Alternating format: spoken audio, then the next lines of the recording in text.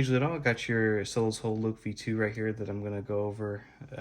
Just explain everything that I did, and I'm not going to go in depth on how to operate this saber just because there's going to be a video that I'll send you a link for that'll explain very well how to operate this saber. It's installed with a Golden Harvest V3. It's got one button, so obviously there's a little bit different controls for that, so I'll be sure to include a link for that video. I will go over a lot of its features and such though, just for the purpose of demoing it and showing that everything works. So first I'll start with the outside of the saber.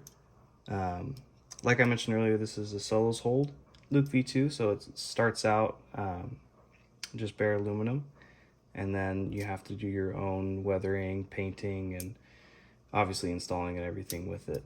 So I'll start from the top and go down.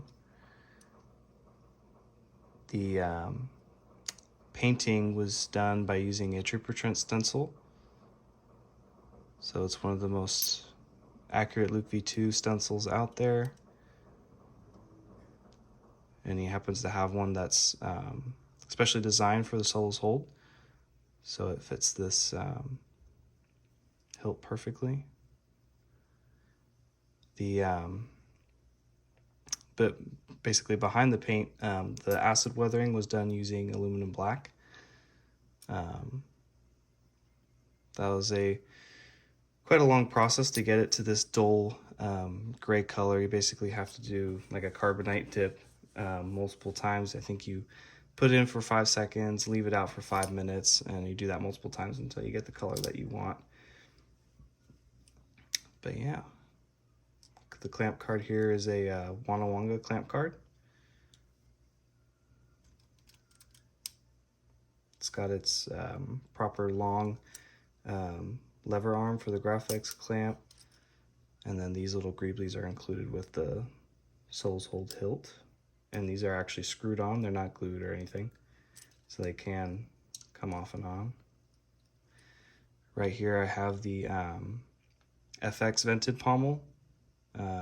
You did end up buying this separately later after buying the hilt because it only comes with the static one. So it's already got the FX one on there. And for electronics, up here you have your stock V3 NPXLs, and then for the PCB holder I used a 1-inch blade side PCB holder. And the reason why I did that was because with its thickness, it's like the thinnest that you can get it. That way I can maximize the amount of blade depth that you have. And then along with that, let's see where I have it over here. I made you a special blade for it as well. I guess I'll talk about it while I'm here. So I made you a recessed blade. So as you can see, the PCB holder is recessed into the blade a little bit. So what that allows for is you can put the blade in, and the space that's recessed in this blade basically is for the pins. So basically the pins don't take up any of the blade depth whatsoever. You can put it all the way down to where the blade hits the PCB holder in there. So that's just about as much blade depth as you can get. And I had to utilize that with this because there's not a lot that it gives you. Luckily this hilt does come with 2 retention screws. It's kind of hard to see, but there's one right there, and then on the adjacent side, if it'll focus, right there. There's your other one. So that helps, but having that recessed blade definitely makes it a lot more solid. And then what I ended up actually doing was putting 2 layers of Scotch tape because this blade socket wasn't very tight around this diameter right here for this blade. I bought these material from the Saber Armory, and it just so happens that they're a tiny bit loose. So I added that tape, and it makes it actually feel really solid. I've been swinging it around a little bit, and I have not noticed any like loss of connection between the pins and the blade. So feels really good, functions really well. So happy that that turned out well. So now that's pretty much it for the outside of the saber.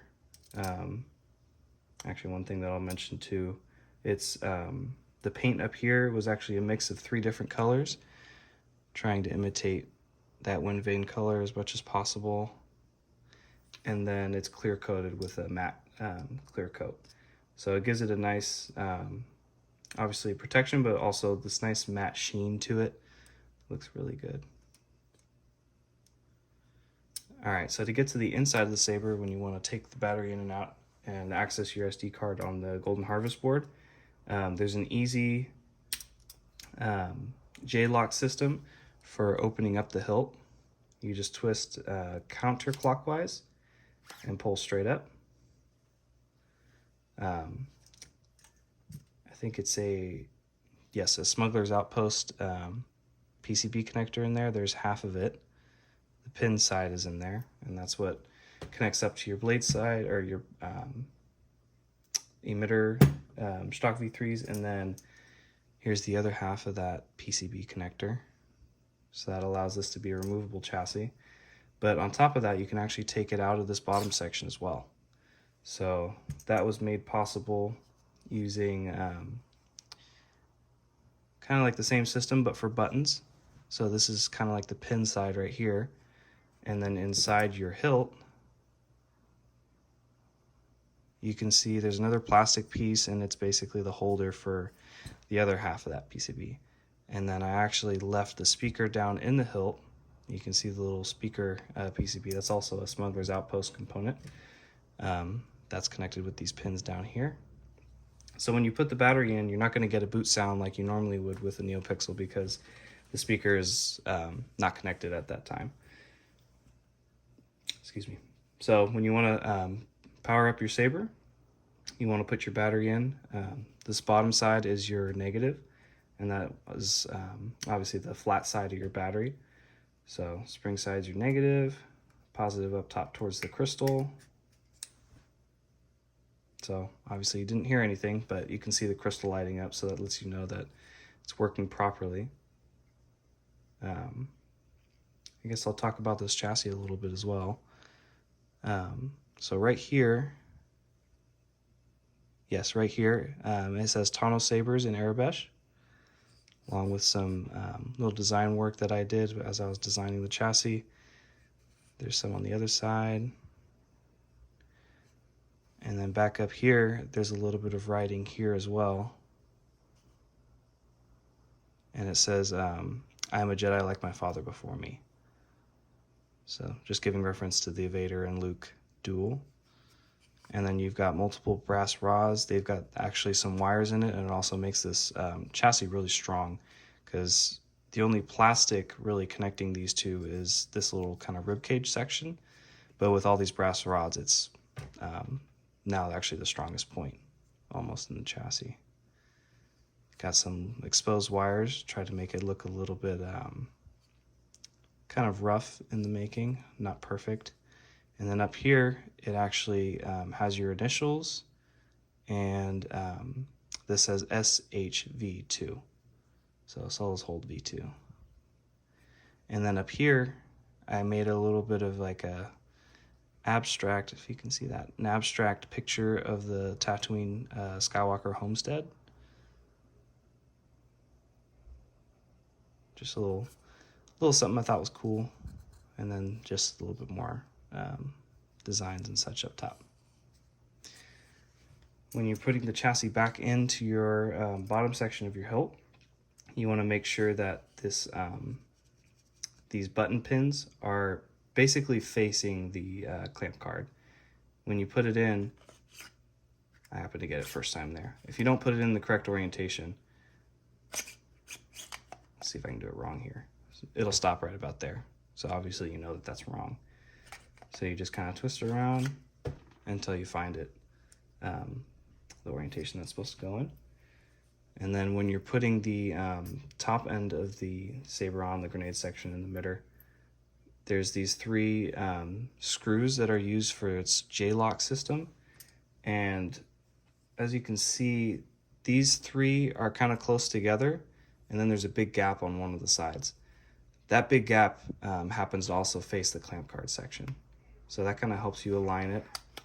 So that's not in all the way, so you want to just keep twisting it until it goes down, and then you want to twist it closed. And that's good, it's not gonna come out on you. So some of the features of this saber, it does have gesture controls. So there's a swing on. There's your Shock V3 NPXLs lining up as they should. Twist off. You can also use the button to turn it on. It's just a short press. Press for blaster deflect. And then you want to hold and clash for a saber lock. It's a little bit tricky.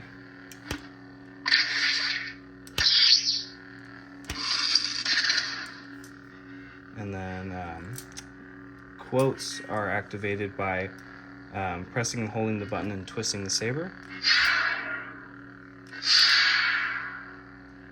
It's nice and easy. So I'm going to go ahead and switch the camera view and demo with the blade inside the hilt. Alright, so now I'll show you how to put the blade in and how to lock that down. So you've got your recess blade.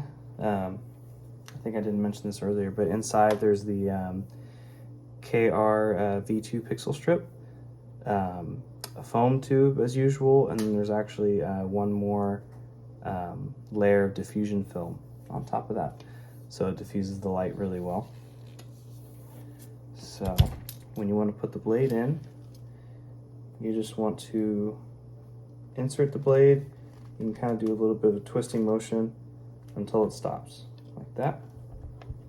And then you want to tighten both retention screws down. It uses a 0.05 inch Allen wrench. One,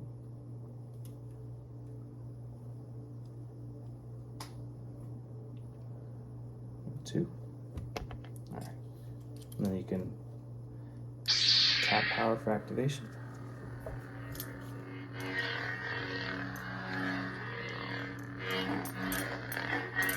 Feels really solid, and as you can see, there's not any disruption in the blade or anything.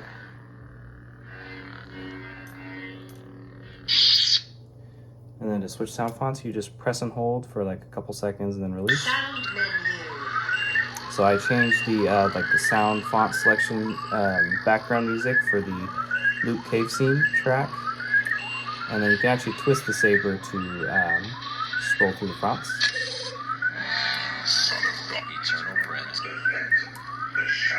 You can actually go pretty quick doing this too. So I actually really like this setup for Golden Harvest. So I'll actually go over this font. Press and hold to select.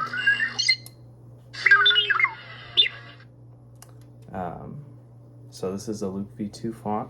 Can't remember exactly which one it is. It's either a K-Sith, a Kyberphonic. Yeah, it's either one of those two. But I believe it's the Kyberphonic one. So you do have swing on.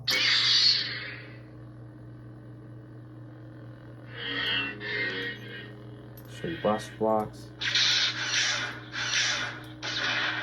I'm going to try to do that saber lock again. So it should be a press and hold and clash. There we go.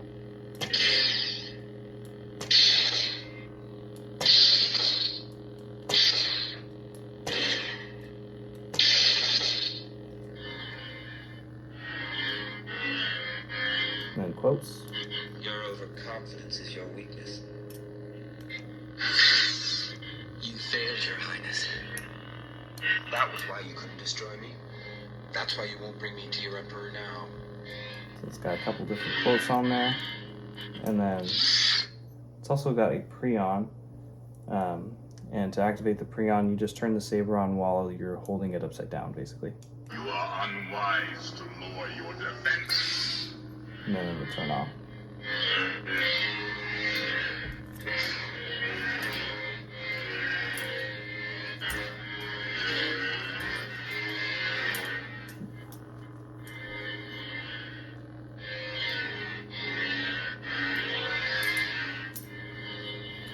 And then to activate the music tracks for each font, you press and twist while it's off.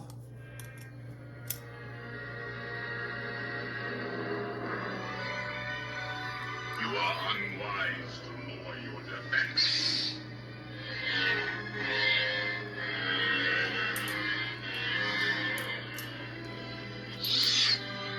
And then to switch the track, if there's multiple, you twist.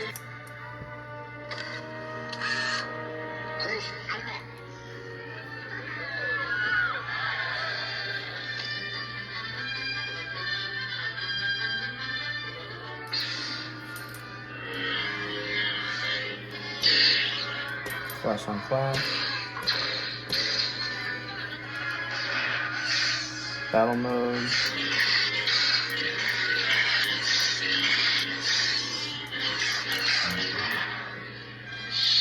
Turn it off, we do the same thing for turning it on. And yeah, I'll show off one more font. Sound menu. Engravings, balance. There it is. It's this one.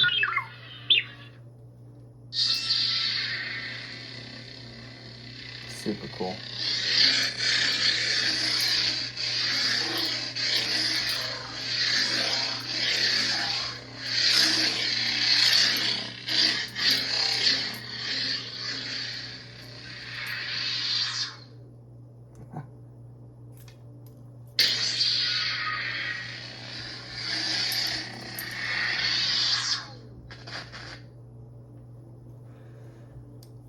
So yeah, that is your Solos Hold Luke V2.